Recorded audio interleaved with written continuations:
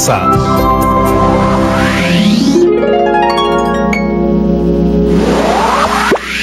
Buenos días, queridos chicos y chicas. Espero que se encuentren muy bien y que tengan una linda mañana. Mi nombre es Patricia Barreto y les doy la bienvenida una vez más a Aprendo en Casa, una iniciativa del Ministerio de Educación diseñada para que podamos seguir conociéndonos a nosotros mismos, a nuestras comunidades y al mundo desde la seguridad de nuestros hogares. ¿Están preparados para comenzar con nuestra actividad del día de hoy? Perfecto. Eso sí, recuerden que este programa está dirigido a ustedes, queridos estudiantes de quinto y sexto grado de primaria. Pero ya saben que pueden invitar a su papá, a su mamá, a su hermana, a su tío, a su prima, a su primo, a sus abuelos, a quienes ustedes quieran, porque aprender juntos siempre es más divertido. Como bien saben nuestra rutina, tengan a la mano sus cuadernos, sus hojas de papel, sus lápices, lapicero para tomar sus apuntes, porque comenzamos. En una actividad anterior comprendimos que hay factores que hacen que algunos lugares sean más vulnerables que otros frente a desastres como las inundaciones y los huaicos. Hicimos una lista en la que llegamos a la conclusión de que entre los factores que incrementan la vulnerabilidad ante desastres están: ubicar las viviendas en lugares peligrosos, construir viviendas sin tener en cuenta los fenómenos naturales que ocurren allí, acumular basura en los cauces de los ríos. Una vez que han identificado estos factores u otros equivalentes, los habitantes y las autoridades de la localidad deben tomar varias medidas para reducir o eliminar por completo cualquier riesgo que los haga vulnerables. ¿Se te ha ocurrido qué puedes hacer tú para contribuir a esto? Porque aunque no lo crean, ustedes también, queridos estudiantes, pueden aportar en estas importantes acciones y medidas. Precisamente para aprender sobre esto e invitarlos a todas y todos ustedes a que también pongan su granito de arena para que la localidad donde viven sea menos vulnerable a los desastres, hoy compartiremos un caso muy interesante. Trataremos la historia de Raquel, quien junto con sus compañeros de clase se ha propuesto hacer llegar a todas y todos los pobladores y autoridades de su distrito ideas de acciones y medidas para tener una localidad más segura, preparada para los fenómenos naturales propios de determinadas estaciones. Y por eso, en el programa del día de hoy, nos convertiremos en heroínas y en héroes de nuestras propias comunidades. Podemos lograrlo y ayudar a que nuestras familias, amigos, vecinos, todas y todos vivamos en un Perú mucho mejor.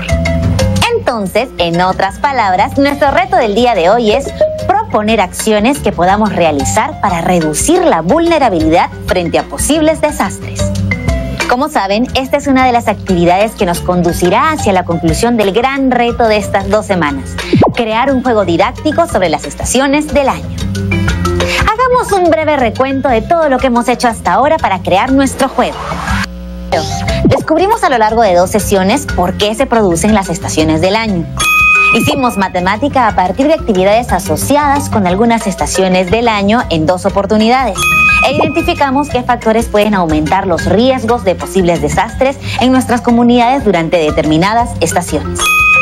El día de hoy, que propondremos acciones para reducir la vulnerabilidad frente a posibles desastres, nos acompañará nuestra querida profesora Aleni. Buenos días, profesora. Buenos días a todas y todos los chicos que nos acompañan. Soy la profesora Aleni Fernández y me alegra mucho poder estar aquí nuevamente. Hoy transformaremos nuestras ideas en acciones. ¿Qué dicen? ¿Están listas y listos para comenzar? ¡Qué bien! Como dijiste, Patti, el programa de hoy será muy interesante, ya que mostrará cómo las niñas y los niños pueden prepararse para contribuir a que su localidad afronte mejor las situaciones de desastre. Y esta es una oportunidad genial para construir un país mejor. Exactamente. Les comentaste también de Raquel, ¿verdad? Así es, profesora, así que somos todo oídos. ¡Excelente! A ver, Raquel es una niña que actualmente estudia el 6º grado de primaria en el distrito de Flor Azul, donde vive con su familia. Hace unos días, durante el almuerzo, estaban conversando sobre los peligros a los que están expuestos, debido a que en los meses de verano se producen huaicos por la zona donde está ubicada su vivienda. Luego de mucho conversar y reflexionar con sus familiares, Raquel él llegó a la conclusión de que toda la población debería contribuir a solucionar este problema que aqueja a su localidad y está convencida de que ella y sus familiares también pueden participar. Chicas y chicos, si estuvieran en el lugar de Raquel, ¿qué creen que es lo primero que podrían hacer para contribuir a que su localidad sea menos vulnerable ante posibles desastres? Vayan pensando en sus respuestas y escriban sus ideas en sus cuadernos u hojas. Pero bueno, les cuento, chicas y chicos, que hace poco hice una encuesta entre algunos estudiantes preguntándoles qué creen que es lo primero que tenemos que hacer para que nuestras localidades sean menos vulnerables ante los desastres. ¿Quieren saber qué dijeron? Claro que sí, escuchémoslos. Hola, soy Camila. Pienso que lo primero que hay que hacer para que nuestras comunidades sean menos vulnerables frente a los desastres es averiguar cómo ocurre un fenómeno, si este se puede evitar y cuánto daño podría sufrir nuestra localidad si sucediera uno. Hola, soy Joaquín. Creo que deberíamos averiguar desde cuándo está sucediendo este fenómeno que se repite, las fuertes lluvias, por ejemplo, y que de vez en cuando ocasiona desastres como inundaciones o huaicos. Hola, mi nombre es Nashley.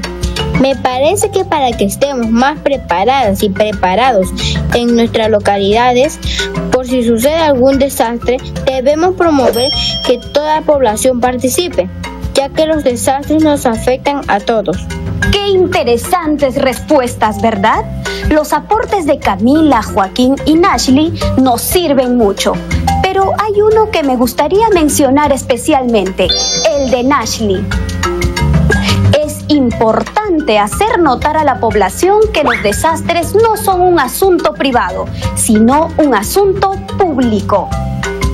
Exactamente. Es decir, si una localidad se ve afectada por fenómenos naturales como huaicos o inundaciones, toda su población, o sea, los ciudadanos y ciudadanas, sin distinción, deben saber que este es un problema que les debe preocupar a todos, incluso si los afectados directamente son solo algunas personas. De acuerdo contigo, Patti. Exactamente. Ese es el significado de ver el problema como un asunto público.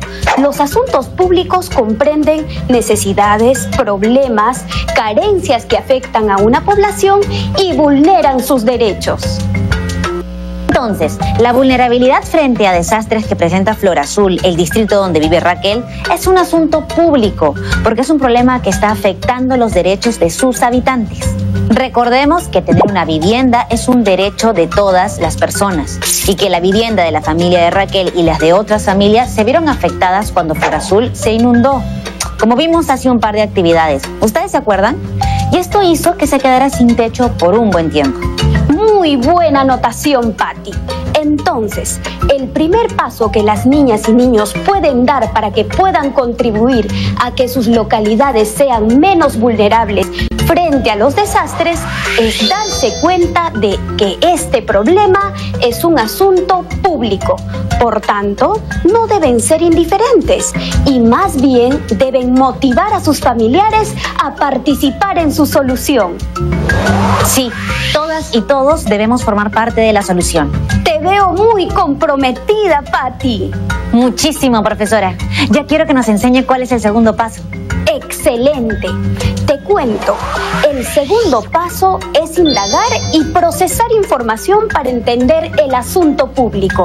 Para ello, obtener información sobre qué autoridades e instituciones del Estado se encargan de prevenir y actuar frente a los desastres. También necesitamos informarnos sobre las amenazas y los riesgos que tiene una comunidad de verse afectada por un desastre. Sí, Patti. Buscar estadísticas, noticias, preguntar a las personas mayores, buscar información en Internet, siempre con fuentes confiables y oficiales de centros de investigación o instituciones como las que hemos mencionado hace un momento. Es decir, indagar y procesar información que les permitan comprender el asunto público en su localidad. Se me ocurre también que los chicos y chicas que están en casa podrían preguntarle a sus padres, a sus abuelos, vecinos, a sus amigos, si es que ellas y ellos han vivido algún desastre. Sería interesante conocer por qué se produjo o qué hicieron ellos para mejorar las cosas. Totalmente de acuerdo, Patti. Los familiares, así como las personas cercanas o de confianza, también pueden ser una fuente muy valiosa de información, compartiendo sus propias experiencias y aprendizajes previos. Esta información que nos den, podemos organizarla. Primero preguntemos por el pasado. ¿Ha ocurrido antes? ¿Cuándo? ¿Qué pasó? ¿Cuáles fueron los daños? ¿Cómo reaccionó la gente? ¿Qué aprendimos? Luego, por el presente. ¿Existen planes? ¿Hemos tomado alguna medida? Y finalmente, por el futuro. ¿Qué planes existen?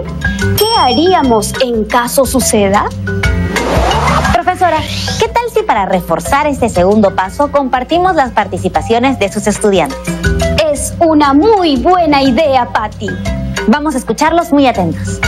Chicas y chicos, encontré varios datos estadísticos en un boletín del Instituto Nacional de Defensa Civil del año 2018. Ahí vi que en ese año hubo 165 casos de inundaciones. A diferencia de esto, hubieron muchísimos más casos de emergencia ocasionados por lluvias intensas, que fueron 1.230 en total. En la página del Instituto Nacional de Estadística e Informática, encontré información sobre las emergencias ocasionadas por eventos naturales y antrópicos, desde el año 2009 hasta el año 2018. Esta es la tabla. Muy bien, Camila. Vamos a ver esa tabla con más detalle. ¿Qué es lo primero que pueden ver? Los voy a ayudar con algunas preguntas. ¿Todos los años ocurre la misma cantidad de emergencias? No, todos los años son distintos. A veces hay más y a veces hay menos, pero lamentablemente parece que siempre están presentes.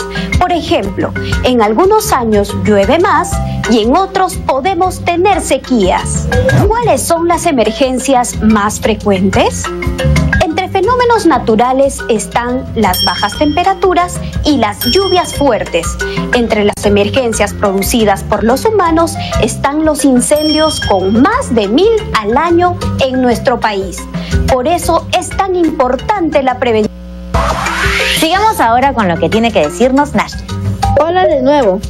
Quiero compartir con ustedes esta información acerca de las normas que buscan proteger la vida de las personas frente a los desastres, que encontré con ayuda de mi mamá y mi papá. Esto fue publicado por el Congreso de la República, bajo el título Principios de la Gestión de Riesgos de Desastres. Perfecto, Nashley. Patti, ¿nos ayudarías leyendo el párrafo del principio protector? Claro que sí. Principio en la persona humana como fin de la gestión del riesgo de desastres, debiendo protegerse su vida e integridad física, su estructura productiva, sus bienes y su medio ambiente frente a posibles desastres o eventos peligrosos que puedan ocurrir. Este principio se enmarca en el artículo número 1 de la Constitución Política del Perú. La defensa de la persona humana y el respeto de su dignidad son el fin supremo de la sociedad y del Estado. Excelente, muchas gracias. ¿Qué opinas sobre lo que has leído? Me parece que es muy importante proteger a las personas en todo sentido, su vida, su vivienda, su ambiente, todo. Exacto. Eso, Patti. Realmente Camila, Joaquín y Nashley han hallado muy buena información sobre el fenómeno de la inundación y por qué es responsabilidad de todos prevenir que éstas afecten a las poblaciones. Pero todavía nos queda otra importante fuente de información: los profesionales expertos.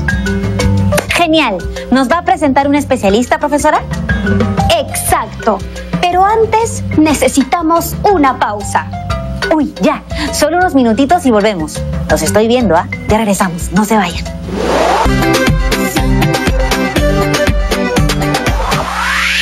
Ya estamos de regreso así de rápido. Vamos a conocer al experto invitado. Nuestro invitado es el geógrafo Ricardo Boll, quien nos va a aclarar algunas dudas y preguntas que nos han hecho llegar nuestros estudiantes.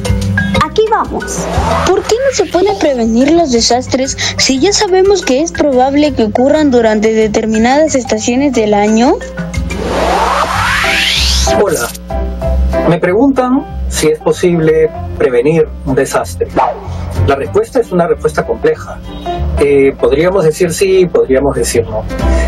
¿Por qué sí?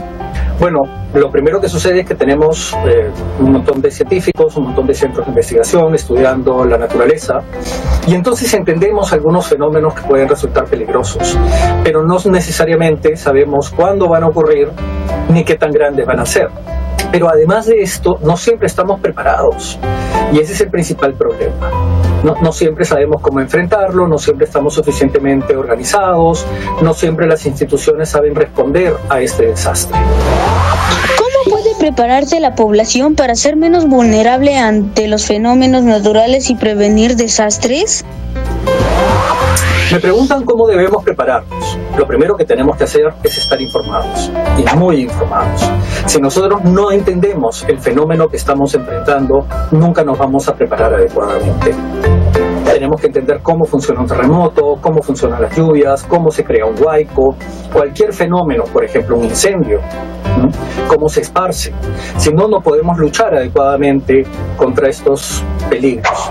Pero también tenemos que conocer cómo funcionan las instituciones. Muchas oficinas del Estado tienen planes.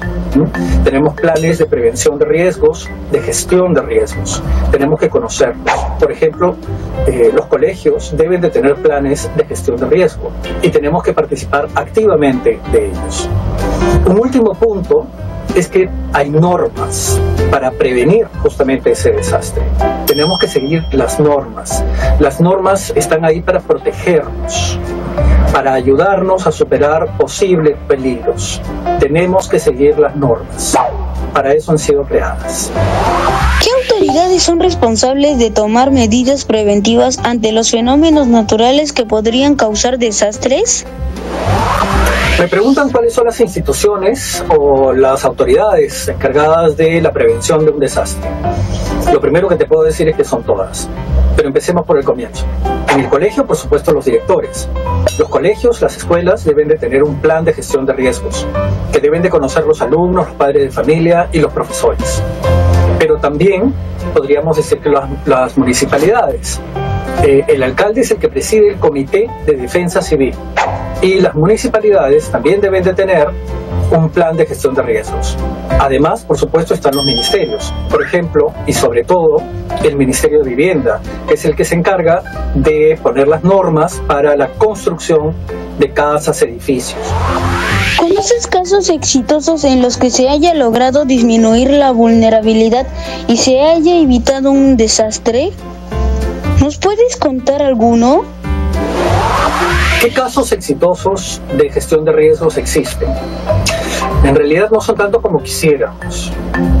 Lamentablemente casi siempre los países han aprendido de sus grandes desastres.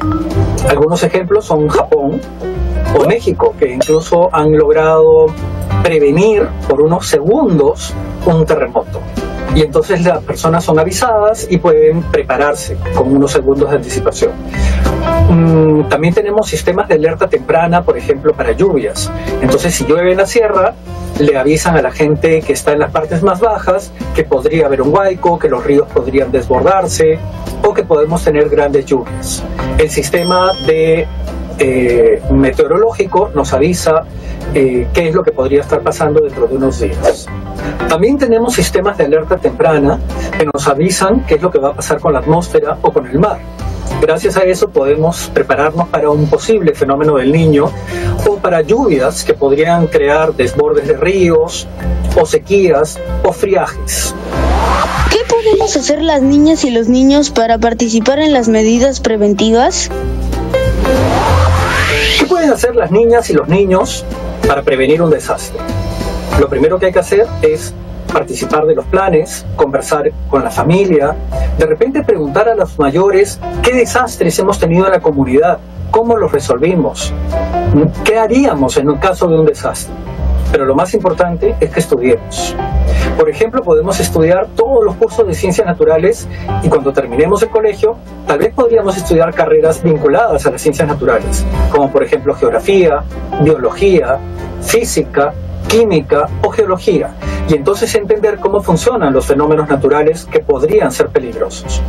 También podríamos estudiar ciencias sociales, entender cómo funciona la sociedad, por qué a veces no nos preparamos, cómo nos podemos preparar mejor. Aquí podríamos estudiar desde psicología, sociología, economía, leyes incluso, que son las normas que nos van a ayudar a prepararnos para un desastre. Estudiemos. Mientras más conozcamos los desastres naturales, mientras más conozcamos los fenómenos naturales y mientras más conozcamos cómo nos comportamos como grupo, como sociedad, más fuertes vamos a ser. Mejor vamos a poder enfrentar un desastre y mejor vamos a poder vivir. ¡Wow! ¡Qué interesante! ¿Cuántas cosas nuevas hemos aprendido? Muchas gracias a Ricardo Boll por brindarnos su tiempo y resolver las consultas de los estudiantes.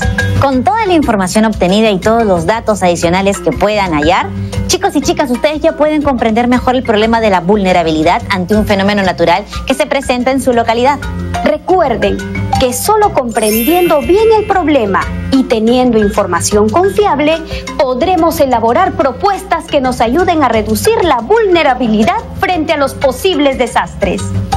Con toda la información que ya hemos obtenido, cada niña y niño podrá analizar el asunto público de la prevención de desastres que podrían ser causados por los fenómenos naturales. Podrían hacer su propio ejercicio de comprensión de la problemática usando algunas preguntas que quiero compartir con ustedes. Les sugiero que tomen nota. Pueden responder estas preguntas dialogando con sus familiares. Primero, ¿cuál es la situación? Segundo, ¿por qué sucede esta situación? Tercero, ¿con qué frecuencia sucede? Cuarto, ¿cómo nos afecta? Y quinto, ¿qué alternativa de solución propondrías para reducir la vulnerabilidad de la población frente a esta situación?